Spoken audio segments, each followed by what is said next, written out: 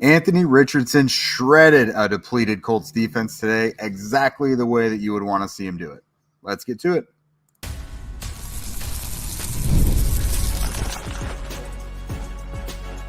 You are Locked On Colts, your daily Indianapolis Colts podcast. Part of the Locked On Podcast Network, your team every day. All right. Thanks for tuning in and making us your first listen of the day. This is your daily podcast covering your Indianapolis Colts, part of the Locked On Podcast Network, your team every day. And today's show is brought to you by LinkedIn Jobs, which helps you find the qualified candidates that you want to talk to faster. Post your job for free at linkedin.com/lockedonnfl. That's linkedin.com/lockedonnfl to post your job for free. Terms and conditions apply. What's up, y'all? This is Jake Arthur and Drake Wally coming to you live from day 10 of Indianapolis Colts camp. We got Jake, we got Drake, we got birds, we got tractors, we got Jay Robbins over here keeping the roosters away. There you go. We got a full house, baby. But no, legitimately, Jay is doing his best to keep the roosters away. That is, he's already had to do it a time or two. It's true. But we are coming at you live from day 10 of Colts camp. And this was a good one. Final day before they open up the preseason this Sunday against the Denver Broncos. And man, was it explosive. So we'll go over what Anthony Richardson did and then kind of dig into the offense and defense a little bit as well. But of course, let's do our housekeeping, which involves the injuries. Guys who were out today, DeForest Buckner and Juju Brents were out, just rest days for them. Obviously, both defensive starters, so that is going to kind of guide your thoughts as to why the offense had such a big day. Ashton Dulin has been out for a couple days now with a hamstring. Jannard Avery has been out for a couple days now. For me, it looked like his upper left leg. He left practice early the other day. Jalen Carlisle, this is like 6 straight practices now. He's got a hip injury. Clayfield's the third cornerback. This was his first day. He'd been making some plays here and there. And then Raekwon Davis, he remains out, has not made an appearance yet. He's on the non-football illness list with the high blood pressure. Guys who were back today, Tyquan Lewis returned. He missed the most recent practice. Tight end Will Mallory had missed like 6 practices as well. He's finally back. Liam Anderson, he'd been out for a few. And Kendall Brooks as well, the safety. He had also been out for a few. So they lost a couple guys, but they got several back. So that leads us into now Anthony Richardson, the star of the show. This was his most prolific day passing the ball, most explosive day. We've seen some big days from him out here, but this was easily the biggest one. Did a lot of it in the red zone as well, which is great to see. He was 14-17 passing, which is 82.5%. Had 4 total touchdowns, 3 through the air, 1 on the ground. He did throw 1 interception during 7-on-7s. Not the end of the world. We'll get to that in the defensive section because we're going to highlight that defensive player a little more. But Drake, what did you think of AR5 out there today in his final dress rehearsal before the preseason? Man, he looked really patient. He looked like he was working through his progressions really well. I think that you're just seeing continuous pocket adjustments, and he's able to he isn't missing a beat, even though he missed a lengthy amount of time not on the field. He was still digesting the game plan and really looking into everything. So it's encouraging to see, minus Josh Downs, he's still out there and he has arguably his best, most efficient day. And he was able to find Alec Pierce, then Trey Sermon, then Michael Pittman on those touchdowns. So it's not just one guy he's targeting. You have to love it. And I think that it really gets you excited for the preseason game on Sunday, even though he's not going to play too much. Yeah, that's been a common theme for him, is spreading the ball around. So he did have 14 completions today. He did frequently find his guys, which is great. We're going to mention more again in the offensive segment, but Michael Pittman, Alec Pierce, and A.D. Mitchell were the top 3 receivers today. Found Pitt 5 times and then 3 each for Pierce and A.D. So great to see him getting a real strong connection with those guys. After practice, Shane Steichen did say that Anthony and the starters will play about a series or 2. So that'll be good to see. Now, what they did last year was week 1 was like a series or 2. Week 2 was starters almost not at all, really. And then week 3, they played about a quarter. So far, that seems to be maybe what they'll do. I don't know if there's going to need to be much of a reason for some of those guys to play a full quarter in the third game. But to see these guys, which includes, Anthony Richardson, Latu, A.D. Mitchell, Anthony Gould, to see them out there for at least a drive or two on Sunday at Lucas Oil Stadium, that'll be pretty exciting. Yeah, and Steichen also really praised Anthony Gould and praised Anthony Richardson just for what he's able to go out there and do minus Josh Downs, and it's a silver lining. But something like this is going to open up other opportunities, and we were able to see guys like A.D. Mitchell and guys like Alec Pierce definitely shine with Anthony Richardson today. Yeah, that's for sure. And so we kind of got the full gamut of what we can expect to see from Anthony today. Like if you plaster over a season. He was really efficient in the red zone, and that's where he scored all of his touchdowns. And we've talked about on the show a lot before. He was deadly in the red zone last year. They were very successful when he was out there. So to be able to throw the ball in the most shrunken area of the field, I think that's great to see. He had a rushing touchdown for today that was from about 15 yards out. Now, I'm very picky about what I declare a rushing touchdown during training camp because there's no live tackling. Yeah. But you know how he moves and you see how the defense is split, and it looked like a legitimate run there. So that was good. But he also opened up the ball quite a bit. His first big play of the day was a deep shot downfield to Alec Pierce for about 35 yards with Jalen Jones draped all over him. So we saw him run the ball successfully. We saw him throw it successfully for touchdowns in the red zone, and we saw him uncork it deep. So there really wasn't much more you would want to see out of Richardson today. And honestly, for just such a short practice, just an hour, but they got a lot of action in there for just an hour. Yeah, and he was, he used the tight ends. He hit his running backs. He hit his wide receivers. We saw what he can do when he escapes the pocket. He showed that he's more than happy to make a throw on the run, whether it's to his strong side, to his weak side, whatever. I think that kind of like Jake said, in an hour, we didn't expect to see so much positivity from the Colts offense, but they made the absolute most of that hour today. Yeah, that is for sure. And so obviously it wasn't just Anthony. It was a really explosive day overall. So here in a moment, we'll go ahead and talk about the offensive side of the ball as a whole. Passion, drive, and patience. The formula for winning championships is also what keeps your ride or die alive. eBay Motors has everything that you need to maintain your vehicle and level it up to peak performance. Superchargers, roof racks, exhaust kits, whatever you need, eBay Motors has got you covered. With over 122 million parts for your number one ride or die, you'll always find exactly what you're looking for. Plus, with eBay's Guaranteed Fit, your part's guaranteed to fit your ride every time or it's your money back. Because with eBay Motors, you're burning rubber and not cash. With all the parts you need at the prices you want, it's easy to make your car the MVP and bring home huge wins. It sounds like that golf cart really needs to get in action with eBay Guaranteed Fit and eBay Motors. Yeah. So keep your ride or die alive at ebaymotors.com. Eligible items only. Exclusions apply. eBay Guaranteed Fit only available to U.S. customers. All right, let's talk offense now. So the first person who caught my eye outside of Anthony Richardson was A.D. Mitchell because obviously Josh Downs left Wednesday's practice early with the ankle injury. He's expected to be out 4 to 6 weeks, which obviously puts the start of the season in jeopardy. I'm personally I don't think they should rush it, and I don't think they will because, high ankle sprains are something that can linger for a while, even after you're able to play on it again. But they had A.D. Mitchell out there in the slot today, which we were wondering what they would do. In the immediate aftermath on Wednesday, it was primarily Anthony Gould that went out there, which I do think he probably would be, the direct backup at slot.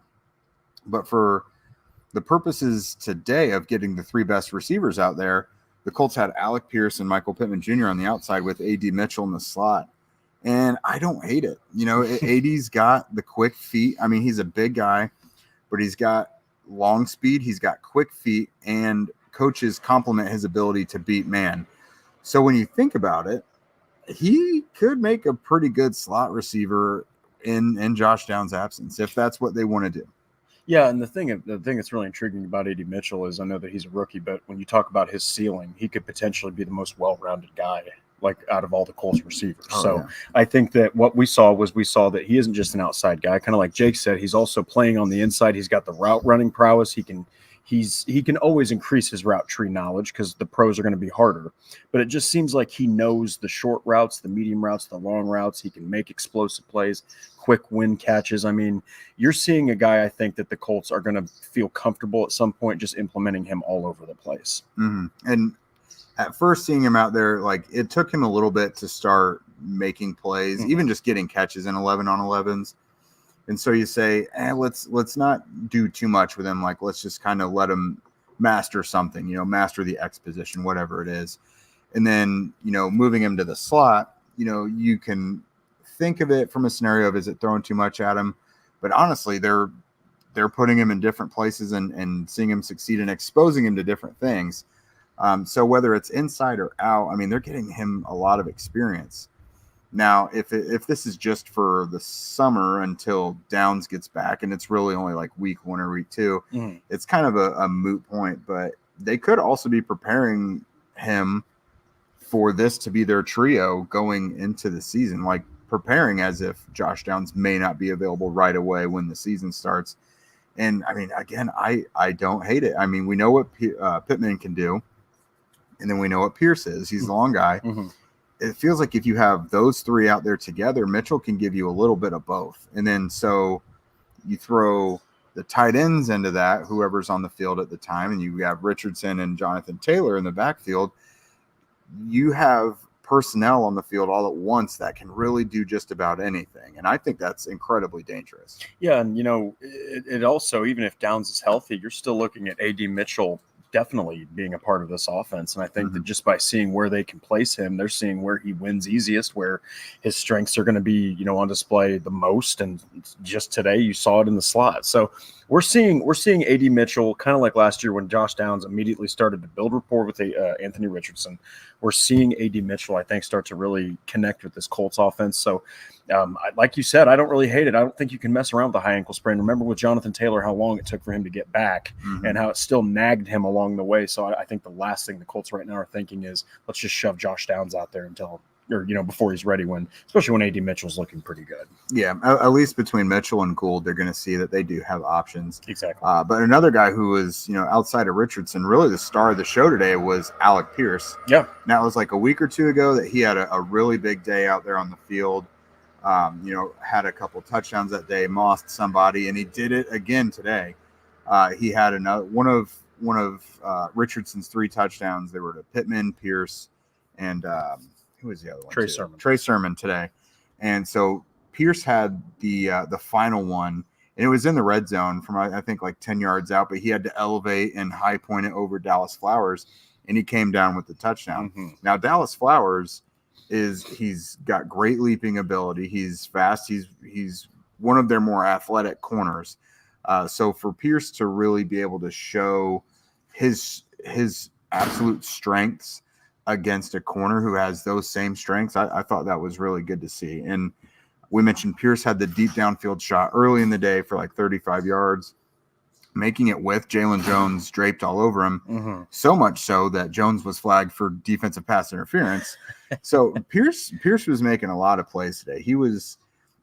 He's got to be over the moon to have a quarterback who is going to actually accentuate his strengths in this offense. Yeah, and we saw it last season. You didn't get those opportunities for Pierce, and he's not a prospect I don't think he's the number one receiver like Michael Pittman. I don't think he's a quick win guy like Josh Downs or has the ceiling that A.D. Mitchell has. What Pierce is he is a blocker who is a vertical threat, very fast, very good at one cut routes, and he's had 5 quarterbacks who haven't had Anthony Richardson's skill set. So I think that now you're getting some consistency. Maybe Pierce can finally get the same quarterback back-to-back seasons. And we kind of saw a little bit of it in the Rams game. Richardson will find Pierce when he needs him. So, yeah, that is absolutely the case. So here in a moment, we're going to talk about the defensive side of the ball. It was an explosive day for the offense, but there were some guys on defense who made some plays as well. When you're hiring for your small business, you want to find qualified professionals who are right for the role that you have to offer. And that's why you got to check out LinkedIn Jobs, which has the tools to help you find the right professionals for your team faster and for free.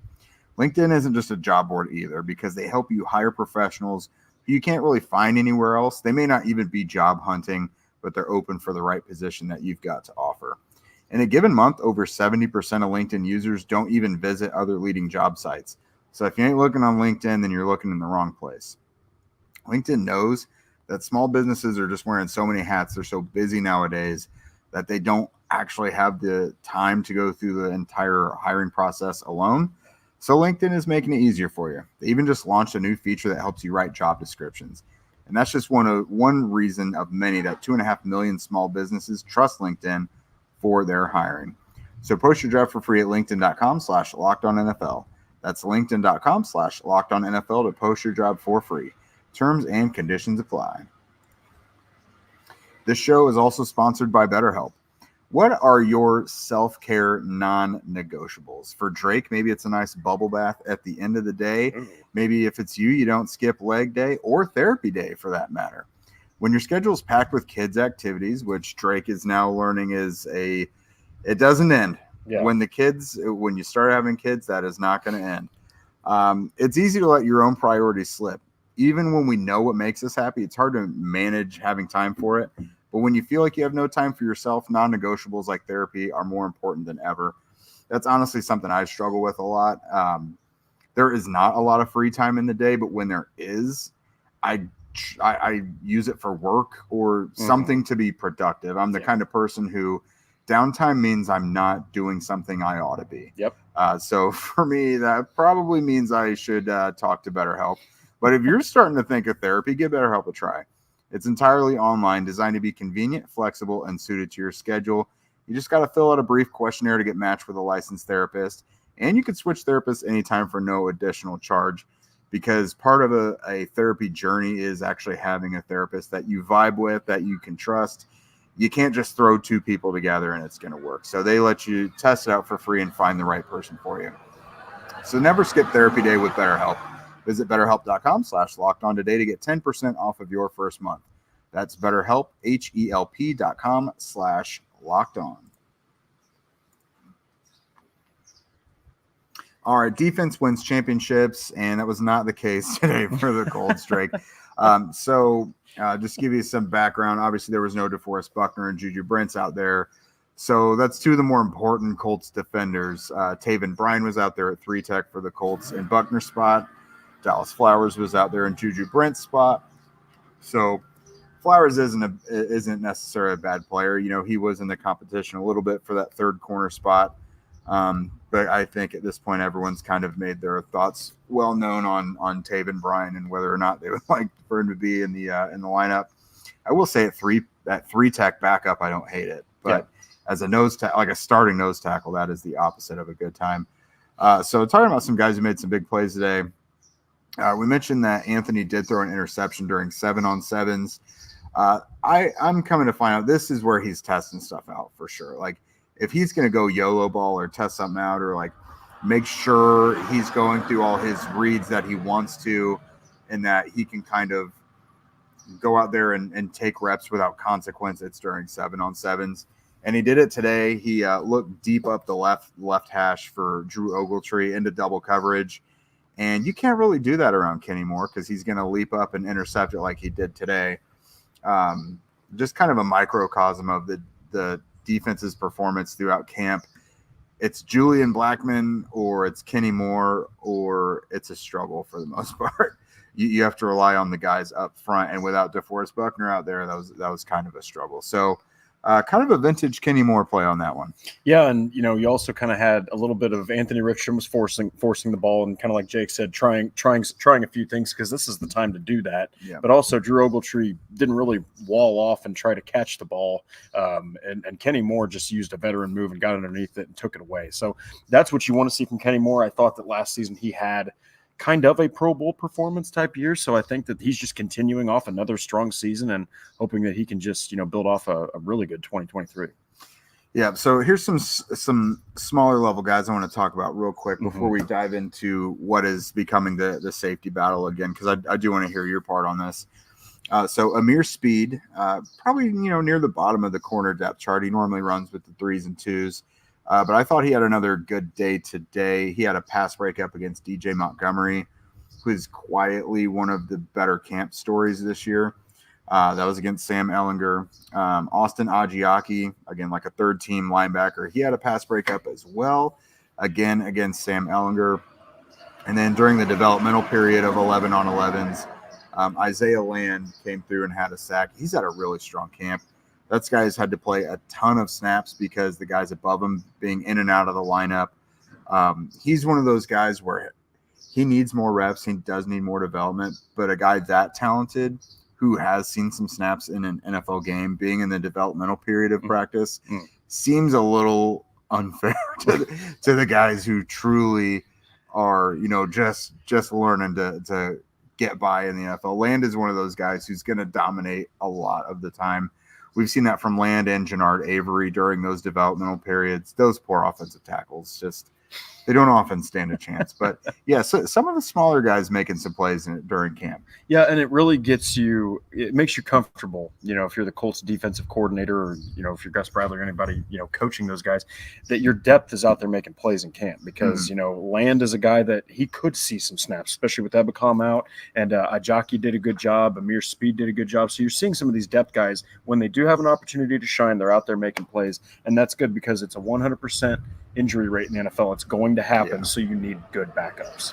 Yeah. All right. So let's shift focus to everyone's favorite topic right now, safety. I'm not even going to call it the free safety battle anymore because it's just the safety 2 battle at this point. Julian Blackmon is out there. We know it. He might be the free safety. He might be the strong safety. I don't really know if anyone knows at this point. So in the first session of 11-on-11s, it was in the red zone, and Richardson just shredded the whole thing. 5 of 6, finished with like about a 7-8 yard touchdown to Trey Sermon. And Sermon was wide open in the middle of the field. And you could see right after the play, it was Julian Blackmon and Nick Cross at safety. Blackmon kind of looked over at Cross and gave him like a, where were you? What was that type of thing? And this may have been by design how they drew up everybody getting the snaps and reps with the first team today. But I'm pretty sure that was Cross's final play with the first team defense during 11-on-11s today. After that, we saw Rodney Thomas and we saw Ronnie Harrison.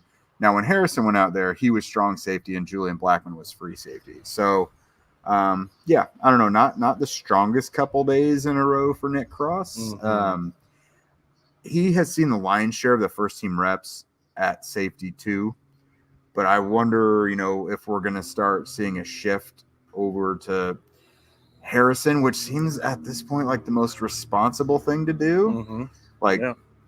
He doesn't offer athletically what Thomas and Cross do, but at some point maybe you just need a veteran who's going to be in the right place making the right decisions. Like, you may have to give up some things again athletically, which might surrender some plays on occasion, but I think that's better than totally not being in the right place and giving up touchdowns. Yeah, and like Nick Cross, I know that a lot of people were really excited about his 2023. He only played like 292 snaps. I mean, he was a rotational guy. And so he's got all the athleticism, he's got all the talent, he's got all the intangibles, but it's between the ears with Cross. I think it's the communication that he's not the best at, and you kind of saw that with the example you gave. I think that right now Ronnie Harrison Jr. has the best chance of being that guy that is going to kind of quote unquote fill in for that spot, whatever spot that is that Julian Blackmon's not playing, because you've got the veteran. He's seen the most experience. He, like you said, he doesn't have the ball skills of Thomas or potentially the athleticism of Cross, but he is not going to be in the wrong place. And no matter how athletic Cross is, we've seen time and time again, he is in the wrong place, and you're useless if you're in the wrong place. So yeah, that's going to get you each time. So we'll see what they want to do on Sunday. Again, Colts and Broncos at Lucas Oil Stadium at 1:00 Eastern. Again, Shane Steichen said most of the starters are going to play about a drive or two. Now, some of the younger guys who need to see more snaps, maybe they play even more.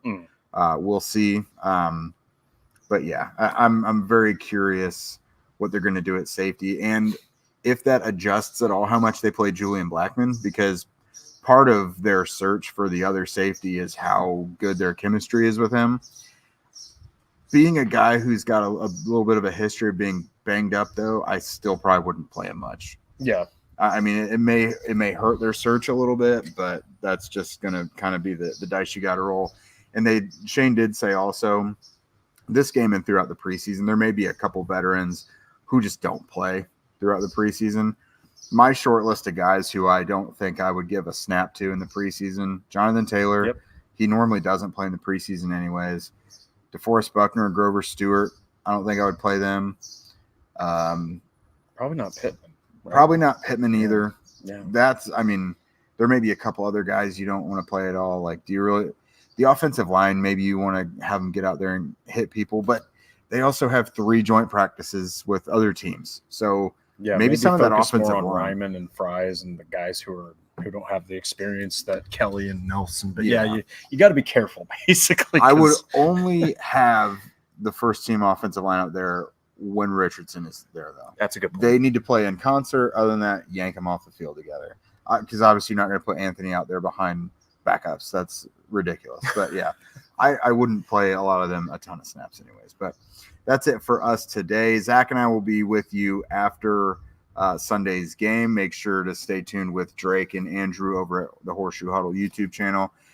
Both of us, YouTube and wherever you listen to podcasts as well.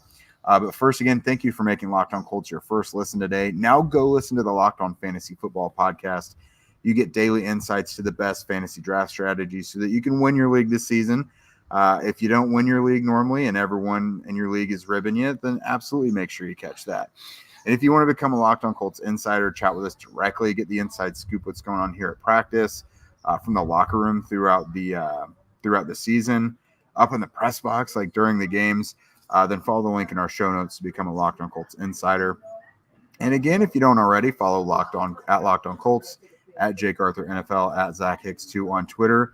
My guy Drake here. For video, you guys see his handle, but otherwise for audio, it's at DWalster Drake on Twitter. Leave ratings and reviews as well. That helps gets us up the charts, and it makes us feel so much better about ourselves. That's right. And with that, we will see you guys after the game on Sunday.